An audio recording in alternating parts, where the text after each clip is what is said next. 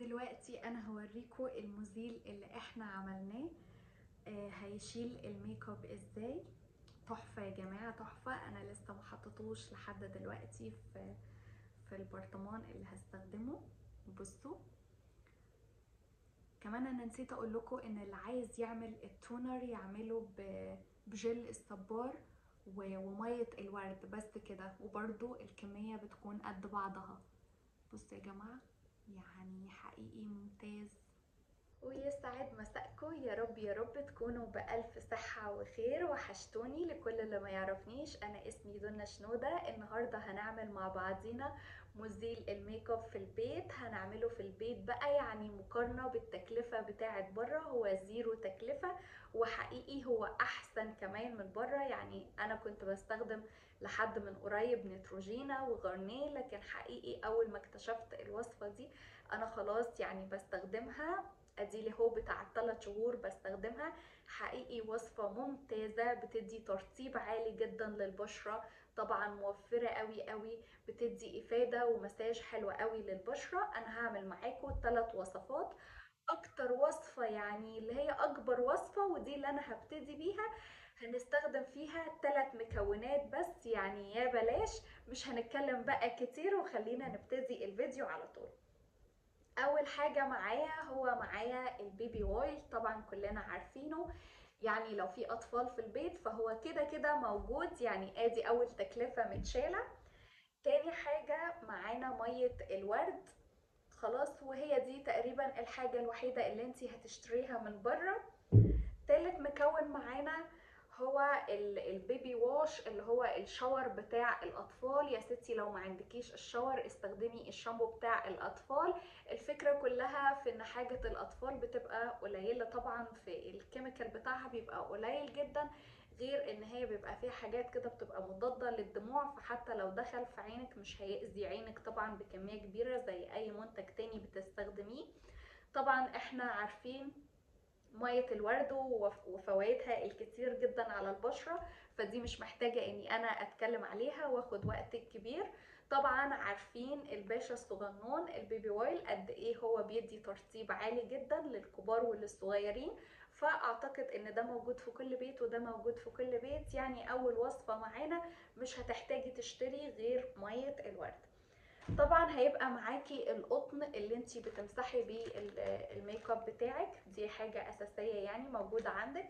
هتبقي برضو محتاجة حاجة تحطي فيها الوصفة، تشتريها بقى من ويل مارت، من دولار تري، فاميلي دولار، اتش ان ام، اي مكان هيبقى فيه العبوات الصغيرة دي علشان تبتدي تعملي فيها الخليط بتاعك. يعني اول حاجة انا بحط كميات متساوية من كل حاجة، يعني الموضوع مش صعب.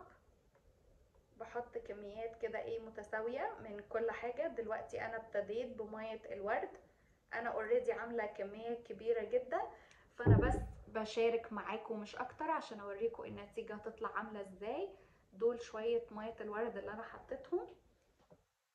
هحط دلوقتي البيبي اويل، حط شوية قدهم بالظبط بالظبط. طبعا الناس اللي بتقول طيب ازاي مية الورد على الزيت، يعني احنا عارفين من زمان من واحنا في ابتدائي مية الورد على الزيت، او يعني اي مية عامة على الزيت مش هيمتزجوا كده مع بعضيهم. لكن لا، هوريكم هيبقوا عاملين دلوقتي ازاي. هما فعلا دلوقتي منفصلين. لكن لما نحط بقى عليها البيبي ووش بتاع الاطفال هوريكم اهو. ثانية واحدة. بصوا بقى، انا حطيت مية الورد قد الزيت. هقلل بس الكمية حاجة بسيطة لا تذكر، تبقى كمية قليلة بسيطة جدا من البادي ووش بتاع الاطفال، اللي هو الشاور بتاع الاطفال، غسول الجسم، او مثلا الشامبو. انا اوريدي عندي كمية كبيرة وجاهزة فمش محتاجة اني اعمل، انا بس بوريكم اهو. لحد دلوقتي هي مفصولة، يعني هما كل حاجة فاصلة عن بعضيها. مش عارفة هو باين في الفيديو ولا لأ، بس يعني المية لوحديها، الزيت لوحده، الشاور لوحده. هنعمل ايه بقى؟ هنقفل الازازة كويس، ماشي، او حتى لو هتعمليهم في حاجة مفتوحة هيوفر عليكي بسرعة. وهتبتدي تقلبيهم بقى مع بعض. مش عارفة الغطا مش قافل ليه. مش دي المشكلة خالص، احنا هنفضل نرج فيهم كده جامد اهو، ادينا بنرج مع بعض.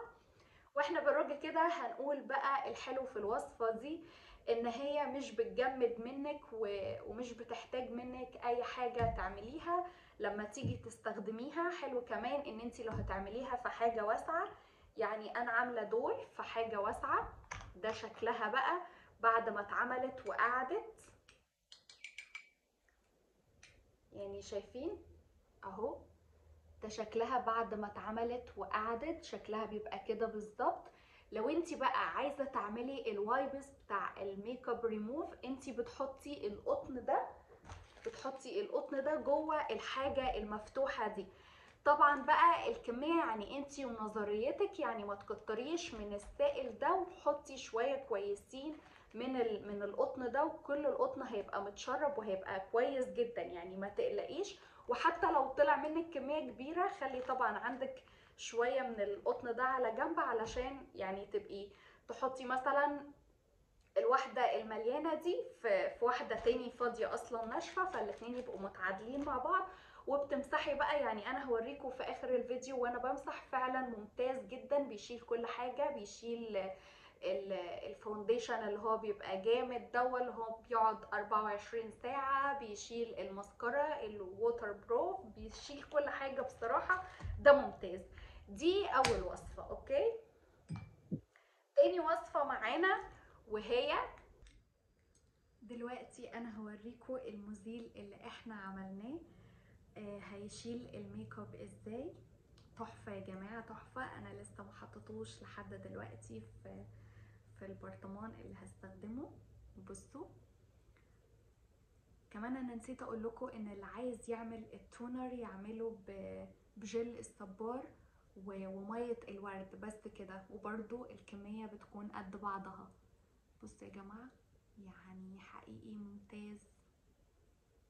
بالراحة يا جماعة، بالراحة، عشان المنطقة اللي عند العين دي حساسة جدا، يعني لو لمستيها اي لمسة غلط ده بيساعد على ال ال الخطوط والتجاعيد انها تطلع بسرعة، حتى لو انتي لسه سنك صغير. فبالراحة. شايفين؟ بصوا، عايزة اقول لكم بشرتي انا حاسة ان هي طرية قوي، طرية وناعمة وجميلة، وريحة كمان جميلة، يعني انا مبسوطة قوي بصراحة. شايفين اللي طلع في القطنة قد ايه؟ بصوا، شايفين؟ جربوه وبجد بجد هيعجبكم قوي قوي. وكده خلاص الفيديو بتاعي خلص، ويا رب يكون عجبكم، واشوفكم على خير يا رب يا رب في فيديو جديد.